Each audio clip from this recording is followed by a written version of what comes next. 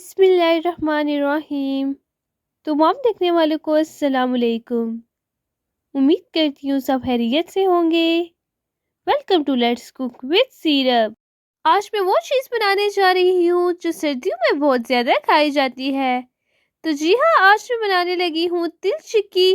तो चलिए इसको बनाना शुरू करते हैं। तो इसके लिए एक फ्राई पैन या कढ़ाई में 1 कप तिल डाल दें और फ्लेम को ऑन कर दें और इसे तकरीबन 1 से 2 मिनट के लिए भून लें। बिल्कुल स्लो आंच पर चम्मच को मुसलसल हिलाते हुए आपने हल्का सा इनको भून लेना है। 1 से 2 मिनट हो चुके हैं और हमने इनको अच्छे से भून लिया है। अब हम इन्हें फ्राइंग पैन में से निकाल कर किसी प्लेट में डाल देंगे। अब इसी फ्राइंग पैन में 1/4 कप के करीब बटर ऐड कर दें। अगर आपके पास बटर अवेलेबल ना हो तो आप घी या तेल भी ऐड कर सकते हैं और लो टू मीडियम फ्लेम पर बटर को अच्छे से मेल्ट कर लें।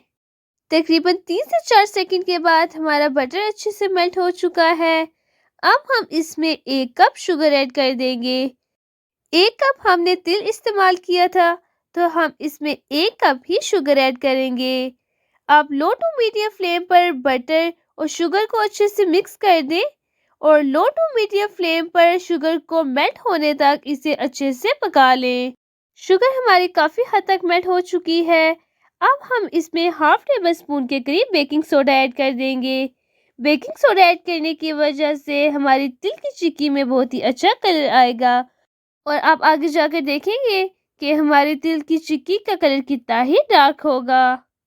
शुगर हमारी अच्छे से मेल्ट हो चुकी है और आप देख सकते हैं कि इसमें बबल्स बनना शुरू हो गए हैं।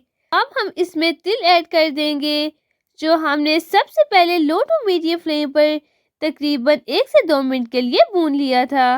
अब आंच को बिल्कुल थोड़ा कर दें और शुगर के सिरप में तिल को अच्छे से मिक्स कर दें। चम्मच को मुसलसल हिलाते हुए आपने तिल को शुगर में अच्छे से पका लेना है और तब तक पकाते रहना है जब तक ये मिक्सचर थोड़ा सा गाढ़ा ना हो जाए।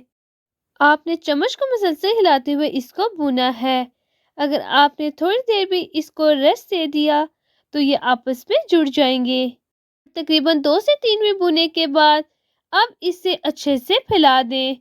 फ़ौरन से आपने इसको किसी भी चीज़ की मदद से इसको पतला सा बेल लेना है। अगर आप चाहें तो इसको रोलिंग पिन की मदद से भी बेल सकते हैं।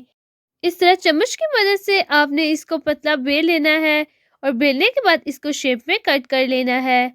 जितना पतला आप इसे फैलाएंगे आपकी चिक्की उतनी ही क्रिस्पी होगी। इस तरह से नाइफ को प्रेस करते हुए आपने इनको पीसीस में कट कर लेना है। इस प्रोसेस को आपने फौरन से कर लेना है वरना अगर ये मिक्सचर एक बार ठंडा हो गया तो इसको काटना और पतला बेलना बहुत ही मुश्किल हो जाएगा। और आप देख सकते हैं कि मैंने कितनी जल्दी जल्दी से इसको पतला बेलने के बाद इसे शेप में कट कर लिया है। काटने के बाद तकरीबन 2 से 3 मिनट के लिए इसे रूम टेम्परेचर पर रखकर अच्छे से ठंडा कर लें और हमारी मज़ेदार तिल की चिक्की बनके तैयार हो चुकी है। और आप देख सकते हैं कि ये कितनी ही क्रिस्पी है। इस तरह की मज़ीद रेसिपीज देखने के लिए चैनल को सब्सक्राइब कर दें और अगर आपको आज की वीडियो पसंद आई हो तो वीडियो को लाइक कर दें। Thanks for watching. अल्लाह हाफिज़।